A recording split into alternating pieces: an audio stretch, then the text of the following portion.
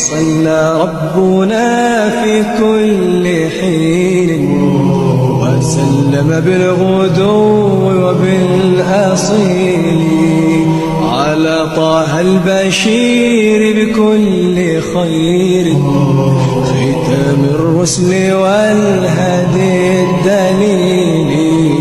وصلى ربنا في كل حين وسلم بالغدو وبالأصيل على طه البشير بكل خير ختام الرسل والهدي الدليل.